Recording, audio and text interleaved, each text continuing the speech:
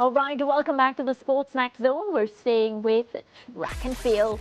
We're continuing to discuss the utterances of Jamaica's former 100-meter world record holder, Asafa Powell.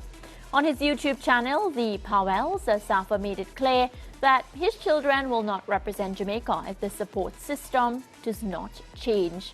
In making his point, Powell said he competed for the country for free, but his children, if they decide to compete at that level, will not run for free. This has caused quite a stir across the track and field landscape, and we are expanding the discussion to look at the level of support that should be afforded to these athletes by their local administration or the country's government. Now, the 1996 Olympic 100-meter champion and former world record holder, Jamaican-born Canadian Donovan Bailey, had this to say on last Friday's edition of the SportsMax Zone. A bit about politics, and ultimately, I know that every year there's funds and this is in every country. This is not just Jamaica. There's funds that are allotted to sports. There's funds that are allotted to tourism, and there's funds that are allotted to the economy.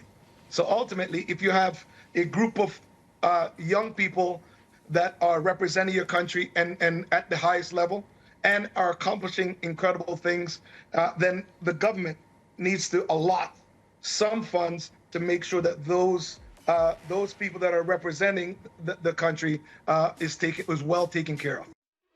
All right, so Lance, let me start with you. What's your take on this matter? You know, one, what Asafa Powell said, and then we've been having this discussion as well about, player retirement, pension, and all these different things, and I think they actually tie into each other in some way. So your initial thoughts? Yeah, I kind of understand what Leighton was saying yesterday, where he felt Asafa's articulation of the issue bordered on being right in a way, but being wrong in a way based on how he articulated his points. I would suggest that Asafa, because of how he said a lot of what he said, I'm not surprised that there's been a backlash, because a lot of people see a lot of his pronouncements as being ungrateful, because he has been supported to a certain extent. The issue here is affordability and how much a government and a country can give to these athletes. But I agree, and Ricardo made the point yesterday, that I agree that the athletes must be compensated for the effort that they put in and the mileage that they have given their country. Because Leighton made a good point yesterday that when a star athlete performs on the global stage, the kind of benefits that accrue to the country based on the visibility is kind of immeasurable. And I think that has to be respected. I would make the point, though, that I don't know if I agree with Asafa about retired athletes should not have to go back to a 9-to-5 job, because we have heard over and over where athletes are advised not to put all their eggs in one basket. That is why athletes go to college to study, because when they retire, they have something to fall back on, which in many instances is a 9-to-5 job. So yeah. I'm not sure if I agree with Asafa on that point, because your life continues after track and field. And I am not sure that the government or a country should wholly and solely be responsible for your life after you retire. Yeah. I agree that there should be something in place to prop up athletes, to ensure that they are not forgotten and to say thanks for the effort that they put in. But I think the amount that goes in, especially with the affordability of Caribbean governments, that has to be worked out. Yeah, and then before you come in, Ricardo, my thing with what you just said, Lance, about, the government not being solely responsible for funding the life of the athlete moving forward after they retire.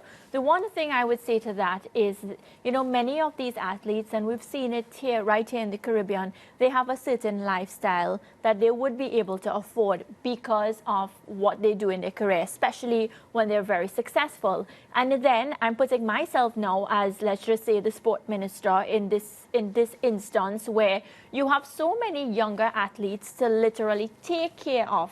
So to be able to put funds into upkeeping the lifestyle of so many other athletes would be a bit difficult. I mean, one of the things I always hear from sports ministries in particular when I interview them is that, you know, they don't have enough money to go around all the different sports, and it's a bit difficult, you know, especially when they try to allocate these funds. So, Ricardo, you can come in now because you and Leighton were at it yesterday, and you made some really valid points. I mean, I saw the comments on social media as well, a lot of people agreeing. So maybe just remind us of the points that you made yesterday, and then we move forward. Yeah, so I completely agree with the point that you just made, Mariah. I'm asking for a few minutes here because there is so much I have to say on this issue.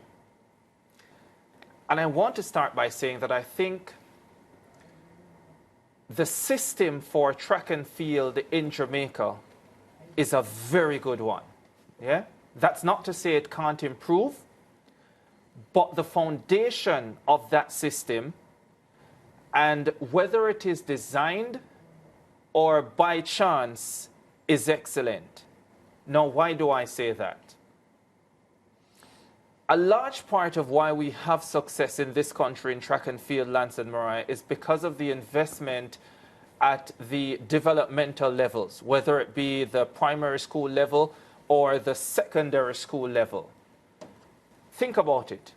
How many track and field athletes at the secondary level that you know who have to purchase spikes and track shoes and gear to be able to represent their schools, who have to pay for coaching or any type of training, who have to pay for facilities at the primary or the high school level to be able to compete in track and field in Jamaica? That takes investment. It is not investment that comes from the government. It is not even investment that comes from the National Association, but we're talking about past students of these institutions who give back in significant ways. But the point I'm making is that's part of the system. That's part of the success of the system. And everybody and you cannot divorce that from Jamaica. And you cannot and should not divorce that from Jamaica. Yes, yes. CHAMPS is a significant part of the system because it is through the Intersecondary School Sports Association, well put on by ISA each and every year, CHAMPS, that you have all this spend coming back to the individual schools. And every single athlete in the land of wood and water who goes through that system benefits from it. Yeah? And it's a really good system too, because I'm speaking as an outsider here watching the development during CHAMPS, and I always say I wish this could actually happen in other countries, even if on a smaller scale.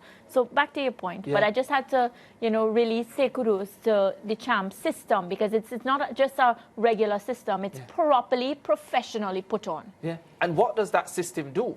Take, for example, look at other countries in the Caribbean. Look at countries in Europe. Great Britain, Germany, whatever, whichever of them you want to look at, yeah? At the developmental levels, parents have to be forking out thousands of dollars because those countries are dominated by club structures, not high school structures that they are taken care of, club structures that you have to pay. So if you want your child, Lance, to do track and field in the Bahamas and do it at a high level, or Trinidad and Tobago, you better have some money to pay for them to get the best coaching, or what is seen as the best coaching in the club structure, and the best opportunities through the club structure. That is not the case in Jamaica, because the system gives you an opportunity very early in your development. Can I stop you here, though? Because in respect of Asafo Powell, who did not have a flourishing high school campaign. But he went through the system. But he was recognized by the MVP Track and Field Club because he was in a final at CHAMPS, because he had the opportunity to come through that system thanks to Charlemont. And you may say, Lance, that in respect of specifically Asafo Powell, And in respect of other athletes, maybe, the system did not do as much for them as for other athletes. Which is where but I'm that going. is how systems work. I know, Ricardo. But That's how systems work. I'm just saying that in the context of Asafa Powell's comments triggering this debate. And I'm saying Asafa, probably less than most of Jamaica's star athletes, did not benefit from the high school system that is in place. I don't agree. He did benefit. He did benefit because it was by coming through the high school system that he was seen by the MVP track and field club. He was brought into that system because that's the next point I was going to make, Lance. What does the high school system do? What the high school system does is that it provides opportunities for every single athlete who goes through it. So the opportunity for you might be to go professional and get a contract immediately. For Mariah, the opportunity might be for her to go to a U.S. university where she's on a full scholarship. For others, it might be a 90% scholarship. But it is the system. Yeah, I'm hearing you. But I'm hearing you. The point I was making, Ricardo, is that Asafa was not a star athlete in school. He didn't win at champs. But the system doesn't only take care of star athletes, Lance, and that is important. And for me, that's why you have systems. Because when you put in place proper systems, you say to everybody who wants to have an opportunity, if you are good enough, if you are strong enough, here are your options through this system. How are you going to utilize the foundation that we have given to you to make something of yourself? And you are correct with that. I'm just saying that if you look at somebody like Veronica Campbell-Brown or the stars at Champs, they would have seen in a more stark way the benefit of the system than would Asafa, who may not have seen it in as tangible a way as a star athlete would have, because he was not a star athlete in high school. But then, was he paying for his university degree at the University of Technology? But that's after he left school. That's after he left high school. But that's the point I'm making, Lance, because that is exactly what the system does. No, it gives the system provides opportunities and options. So it's for you at that level, and that's only the starting point, because I'm going further than that. That's only the starting point. The system gives you those opportunities out of high school. Whichever you decide, there are still opportunities for you. Yeah, and what I don't like that you said, Lance, is that because he didn't do well in high school, well, I mean, in that particular forum, he didn't get the benefits of the system like Veronica Campbell and all of that. But I think one of the positives or advantages of having a system is it's really up to you now. The onus is on you. So you can't really blame somebody else. I'm not really blaming anyone. I'm just saying that star athletes at high school can see tangibly the benefits that come their way because they are winning gold medals and they are in the news. Asafa didn't go through that. And so it may be more understandable for Asafa to be taking this position than some of the other athletes who went through a high school program of success that they could see readily where the high school program benefited them. And Lance Whitaker, that is the very reason why I'm taking the time to go through this step by step. Okay. And so I'm only at the step transitioning from high school to the next level. So the point is that we have hundreds of athletes. And when I say we, I mean Jamaica has hundreds of athletes leaving the high school system year after year. There is no way the government or the Jamaica Olympic Association or the Jamaica Athletics Administrative Association can support all of those athletes individually throughout the course of their careers and then post their respective careers. So what is happening now? From the government standpoint, there's a national insurance scheme, which, as I said yesterday, I think is a massive positive because this helps the athletes who are based locally at least tremendously.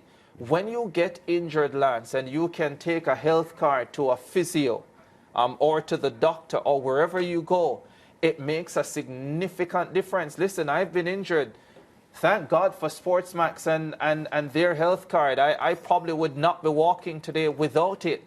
So I understand how significant something like that is. And that is what the government is doing. Now, I understand that some athletes may not have contracts.